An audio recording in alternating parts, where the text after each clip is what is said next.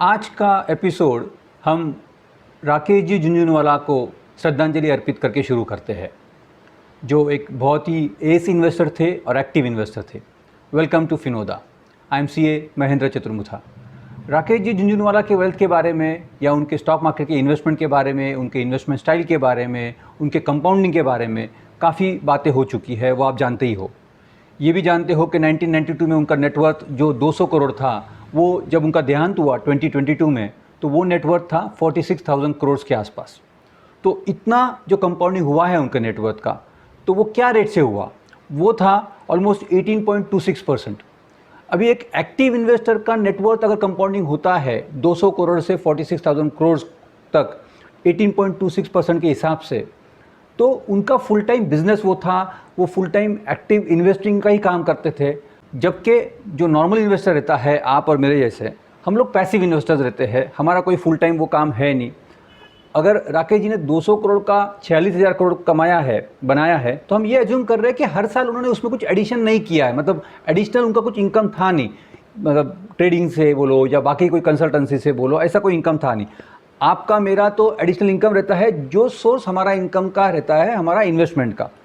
तो may be आप job करते होंगे, आप बिजनेस करते होंगे, कंसल्टेंसी करते होंगे, तो आपका जो एडिशनल हर साल इनकम आता है वो भी तो आप इन्वेस्ट करोगे। तो ज़रूरी नहीं कि आप भी 18.26% कमाओ तो ये कंपाउंडिंग आपको मिलेगा। हम लोग ने हमारे ETF की वीडियोस में देखा है कि 15% के आसपास तो रिटर्न्स ETF का पैसिव इन्वेस्टर भी कमा लेता है, अगर वो बराबर से इन्वेस्टमेंट हर साल करता रहे तो over a long period of time. अभी हम पहले तो ये देखेंगे कि सिर्फ जो इन्वेस्टमेंट का रिटर्न्स है वो अगर मिसमैच होता है या वो कम ज़्यादा होता है तो किस तरह से उसका फाइनल आउटकम पे उसका इफ़ेक्ट होता है, हम ज़रा वो देखेंगे। अब राकेश जी की अगर बात करेंगे कि 1992 में उनका नेटवर्थ था 200 करोड़ रुपया और 18.26% से कंपाउंडिंग करके उनका नेटवर्थ हुआ 46,000 करोड़। ये अगर कंपाउंडिंग अगर उनका होता था सपोज 7% के हिसाब से, मान लीजिए, जो बहुत से लोगों का होता है 7% के हिसाब से कंपाउंडिंग अगर होता था, तो वो नेटवर्थ उनका 200 करोड़ का 30 साल बाद ही होता था 1625 करोड़ रुपया। तो कुछ भी नहीं था, मतलब कहाँ 46,000 करोड़ और कहाँ 1625 करोड़। अभी हमें रियलाइज़ नहीं होता है, लेकिन अगर हम हमारे ओवरऑल नेटवर्थ की बात करें, सिर्फ आपका कहीं स्पेसिफिकली इन्वेस्टमेंट है समझो स्टॉक मार्केट में, सिर्फ उसकी बात मत कीजिए। आप ओवरऑल आपके जो नेटवर्थ है वो बास्केट की अगर बात करेंगे तो ऑन एन एवरेज आपका रिटर्न्स काफ़ी कम हो जाते हैं, क्योंकि आपका कुछ इन्वेस्टमेंट रहता है गोल्ड में। गोल्ड कभी 5-6 साल बाद कुछ स्पाइक देता है, कभी इन्वेस्टमेंट का रिटर्न अच्छा मिल जाता है, लेकिन 3-4-5 साल हार्डली 2 या 3% का पर एनम का रिटर्न मिलता है। रियल इस्टेट में भी ऐसी है, अगर 1-2 साल में एकदम स्पाइक आ जाता है, लेकिन 4-5 साल 6 साल बिल्कुल लल रहता है, उधर रिटर्न्स 4-5% भी नहीं रहता है। तो overall long period of time ये रिटर्न्स आपके काफ़ी कम हो जाते हैं। और रिटर्न्स अगर कम हो और रिटर्न्स अगर ज़्यादा हो, मतलब नॉर्मल जो हम 14-15% की बात करते हैं ETF इन्वेस्टमेंट के बारे में, तो ओवरऑल आपके रिटायरमेंट कॉर्पस में किस तरह से फ़र्क पड़ता है हम वो देखेंगे। अब अगर हमने देखा है कि 18 पॉइंट कुछ % से और 7% से सेम नेट जो आपका कॉर्पस था उसका 30 साल में कंपाउंडिंग से कितना बड़ा अंतर होता है, तो इसी को हम एक्सटेंड करके हमारे रिटायरमेंट की तरफ हम जाते हैं कि उसका प्लानिंग में कितना फ़र्क पड़ता है। तो हमने एग्जाम्पल लिया है कि जिसमें ये एज्यूम किया है कि चलो 2 लोग हैं, एक का नाम है राम और दूसरे का नाम है श्याम। राम जो बराबर से रेगुलरली ETF में इन्वेस्टिंग करता है, जिसका रेट ऑफ जो रिटर्न है ETF में हमने देखा है अबाउट 14-15% के आसपास आता है, उसको वो रेट ऑफ रिटर्न मिलता है। और दूसरे श्याम है जो रेगुलर FD या बाकी जगह पे जो इनएफिशिएंटली इन्वेस्टमेंट करते हैं और एवरेजली उनका जो रेट ऑफ रिटर्न है इन्वेस्टमेंट्स पे वो है अबाउट 7% पर एनम। अभी दूसरा हमने एजम्पशन ये किया है कि दोनों का expenses at retirement almost same है, तो वो एक्सपेंस हमने एज्यूम किया है कि आज के प्राइजेस के हिसाब से हमने वो एक्सपेंस एज्यूम किए हैं। उसमें इन्फ्लेशन हम बाद में ऐड करेंगे, पहले ये देखते हैं कि एक्सपेंसेस हमने क्या क्या एज्यूम किए हैं। तो हमने ये एज्यूम किया है कि हाउस होल्ड एक्सपेंसेस रफली आपके 6 लाख पर एनम होंगे, फिर ट्रैवल हो गया, पार्टी हो गया, बाकी लेजर जो हो गया, उसका एनुअल आपका एक्सपेंसेस होगा अबाउट 6 लाख। और मेडिक्लेम जो पॉलिसी होता है उसका प्रीमियम होता है, प्लस मेडिकल कुछ छोटे मोटे एक्सपेंसेस होते हैं, वो एज्यूम कीजिए कि अबाउट 3 लाख पर एनम होंगे। और जो मिसलेनियस एक्सपेंसेस है, कोई आप गैजेट्स खरीदना पड़ता है, कुछ अप्लायंसेस खरीदने पड़ते हैं, कि गिफ्ट देने पड़ते हैं, तो वो एक्सपेंसेस रफली अबाउट 3 लाख हो गया, मतलब 6 लाख, 6 लाख, 3 लाख एंड 3 लाख, इसका टोटल हो गया 18 लाख। अभी ये 18 लाख जो एक्सपेंसेस है वो राम जी और श्याम जी दोनों के लिए सेम है। अभी ये जो 18 लाख है ये अर्न करने के लिए अगर राम जी 14% से इन्वेस्टमेंट है उनका, जो रिटर्न उनका 14% है, तो उनको इन्वेस्टमेंट करना पड़ेगा 1.28 करोड़ का, जिस पे 14% से आएगा 18 लाख रुपीस। और जो श्याम जी है उनका रिटर्न ऑन इन्वेस्टमेंट है 7% का, तो 18 लाख मिलने के लिए उनको इन्वेस्टमेंट करना पड़ेगा 2.57 करोड़ रुपीस। अभी इसमें ऐड कीजिए कि चलो किड्स का कुछ मैरिज रहेगा या किड्स का कुछ एजुकेशन रहेगा, उसमें रफली आपको 1 CR दोनों को लगने वाला है। तो जो राम जी है उनका टोटल जो कॉर्पस लगेगा उनको एट रिटायरमेंट वो लगेगा 1.28 crore plus 1 crore, that is 2.28 crore. और जो श्याम जी है उनको कॉर्पस लगेगा 2.57 करोड़ प्लस 1 करोड़, वो लगेगा 3.57 करोड़। अभी ये तो बेसिक कॉर्पस की बात हो गई।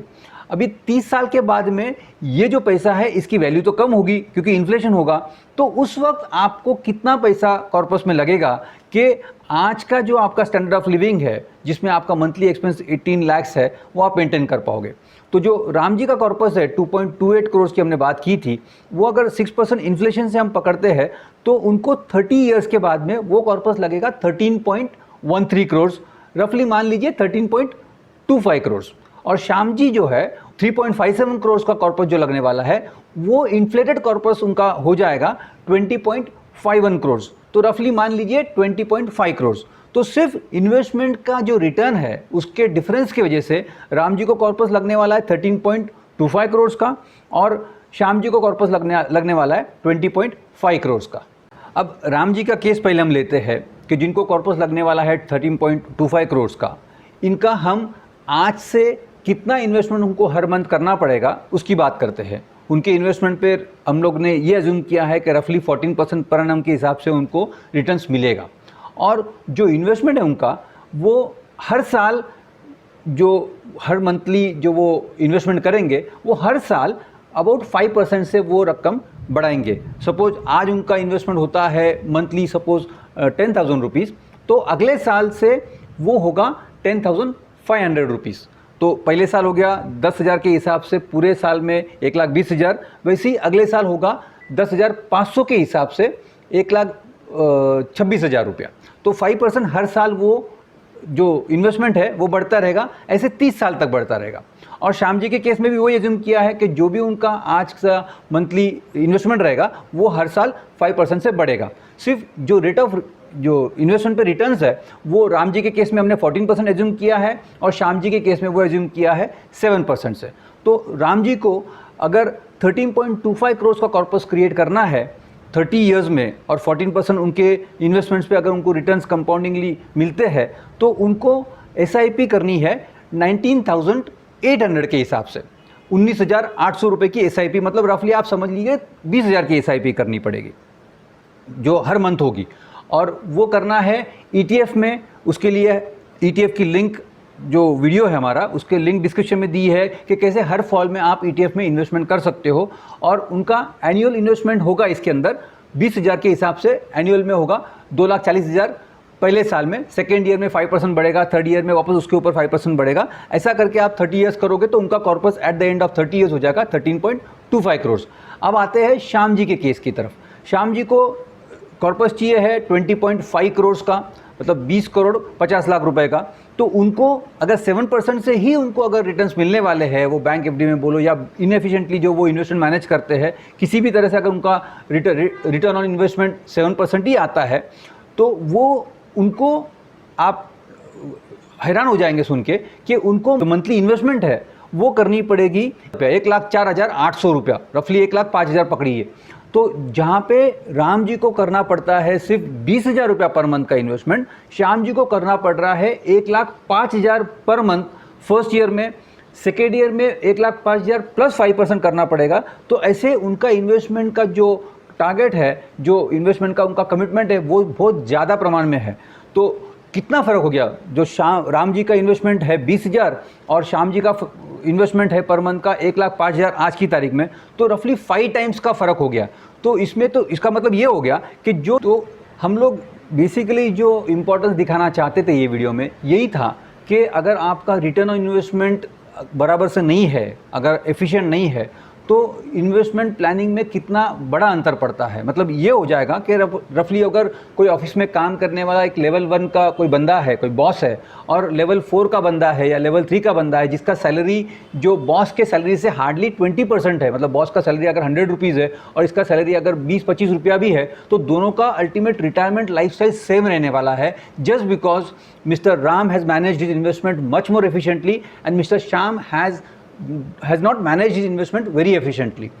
और ये बहुत कॉमन है कि 7-8% जो कंपाउंडिंग है ये बहुत कॉमन सी चीज़ है, बिकॉज जैसे हमने पहले बताया कि काफ़ी सालों तक हमारे जो इन्वेस्टमेंट्स रहते हैं गोल्ड में, रियल एस्टेट में, बाकी जगह पे ये परफॉर्म ही नहीं करते। एक आध साल में, 2 साल में स्पाइक कर जाते हैं, लेकिन ओवरऑल अगर आपका नेटवर्थ का आप रिटर्न्स निकालो तो वो 7-8% के आसपास ही रहते हैं। वही अगर आप ETFs में इन्वेस्टमेंट करते हो, एफिशिएंटली इन्वेस्ट करते हो, एवरी ड्रॉप पे इन्वेस्टमेंट करते हो, जैसे हमने हमारे वीडियो में बताया है, तो आपके रिटायरमेंट प्लानिंग में बहुत ज़्यादा अंतर आ सकता है। अभी राम जी का और श्याम जी का जो हमने कॉर्पस निकाला है वो ये एज्यूम करके निकाला है कि आज का उनका नेटवर्थ कुछ भी नहीं है, सिर्फ जो उनका करंट इनकम है, जो उनका सैलरी होगा या बिजनेस से जो प्रॉफिट्स होगा, जो भी उनका इनकम होगा, उसमें से ही वो इन्वेस्टमेंट करेंगे और वही इन्वेस्टमेंट का पूरा कॉर्पस बनने वाला है। अब थोड़ा बहुत तो राम जी और श्याम जी का आज भी तो कुछ ना कुछ कॉर्पस होगा। मान लीजिए कि अगर राम जी का आज सपोज 1 लाख का भी कॉर्पस है, तो वो 1 लाख का 14% से अगर कंपाउंडिंग करेंगे 30 ईयर्स के लिए, वो भी 50 लाख हो जाएगा, 51 लाख के आसपास हो जाएगा इनफैक्ट। तो जो भी कॉर्पस आपका आज है उसको अगर 14% से 30 साल के लिए हम इन्वेस्टमेंट करते हैं तो वो रफली 50 से 51 गुना हो जाएगा। वो आपका जो हमने ये जो मंथली इन्वेस्टमेंट्स के हिसाब से जो कैलकुलेशंस किया है कॉर्पस का, उसमें ये नेटवर्थ का जो कंपाउंडिंग होगा, आज के नेटवर्थ का जो कंपाउंडिंग होगा, वो एडिशन रहेगा। Thank you very much for watching. Please like, share and subscribe to our channel. Thank you once again.